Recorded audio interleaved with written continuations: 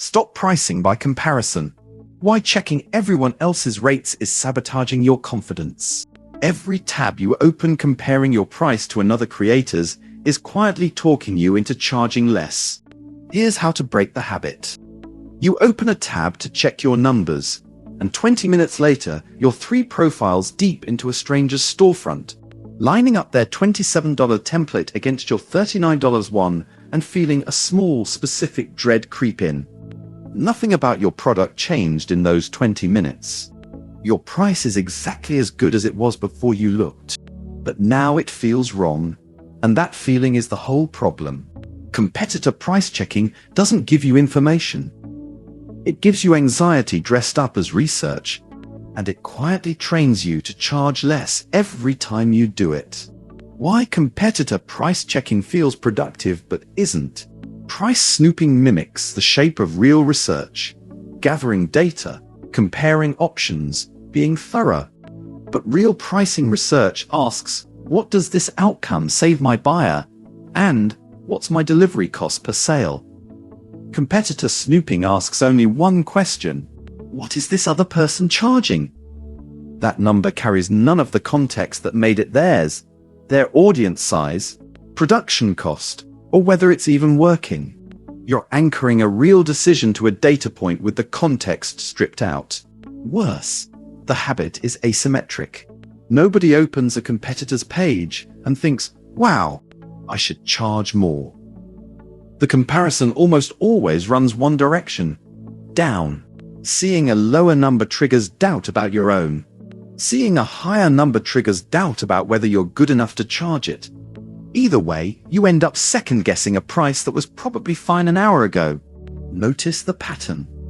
If you can't remember the last time competitor checking made you feel more confident about your price, that's the tell. A genuinely useful research habit produces conviction at least some of the time. This one doesn't, because it isn't actually research. It's rumination with extra steps. What an internal pricing compass looks like instead. An internal compass means your price comes from your own inputs, not someone else's outputs. It's built once, revisited on a schedule you set, and ignored the rest of the time, which is the entire point. You're replacing a compulsive, anxious habit with a boring, occasional one. Boring is a feature, not a bug. Build the compass. 4 inputs that actually belong in your price. None of these require knowing what anyone else charges. A good price should hold up even if you never look at another storefront again. The outcome, in the buyer's terms. Does your template save 6 hours? Does your course prevent a costly mistake? Does your coaching call shortcut a month of trial and error? Price against that value, not your effort to make it, your real delivery cost. A $9 one-time download and a $9 monthly membership with ongoing support are not the same cost to run, and shouldn't be priced like twins. Your current proof, testimonials, and a track record are worth something concrete. A price set in your first month with 0 reviews shouldn't still be your price a year and 50 sales later. Your delivery experience.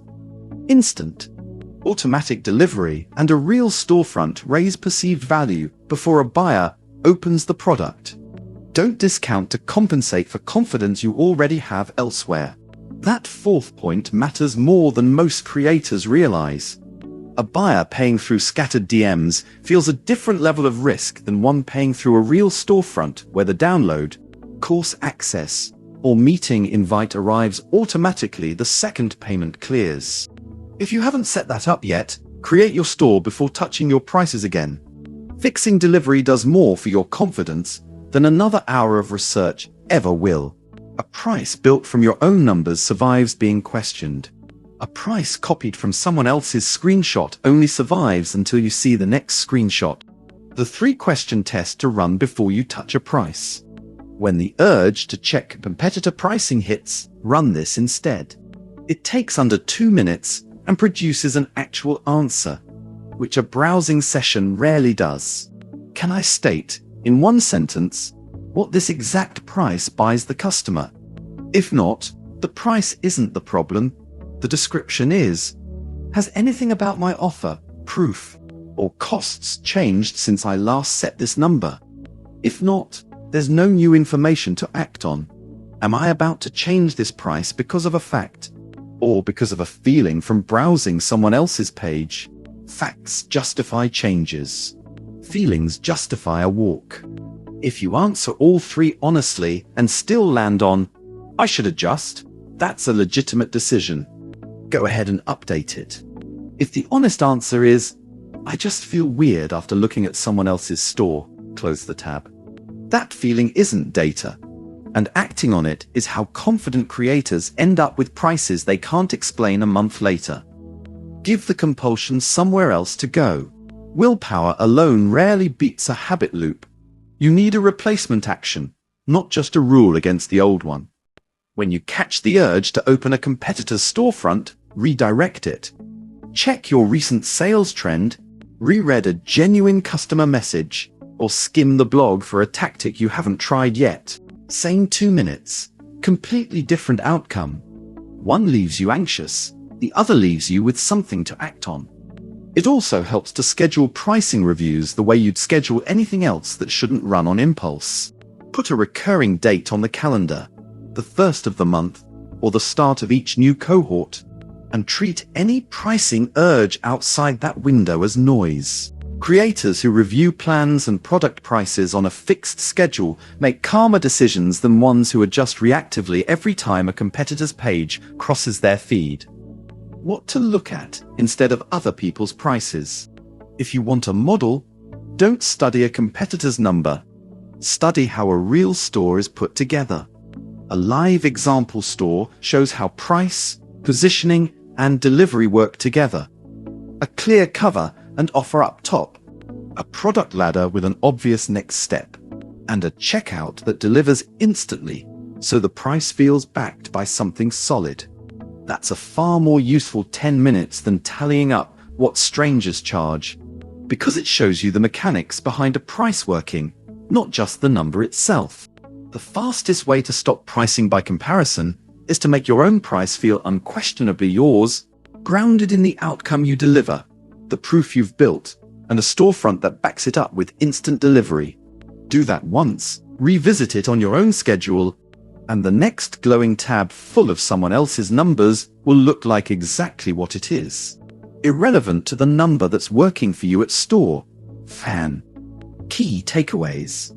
Comparing your price to a stranger's tells you nothing about your offer, your buyer, or your costs. But it reliably makes you nervous, and nervous people discount a price built from your own numbers, time, outcome, delivery cost, survives scrutiny. A price copied from a competitor's screenshot doesn't. The habit is compulsive because it feels like productive work. It isn't. It's a stalling tactic dressed up as diligence. Build an internal pricing compass, a short, repeatable checklist you run instead of a search bar, so decisions stop depending on your mood, your storefront, tools, and delivery experience are part of what a buyer is paying for. A lower number rarely fixes weak positioning.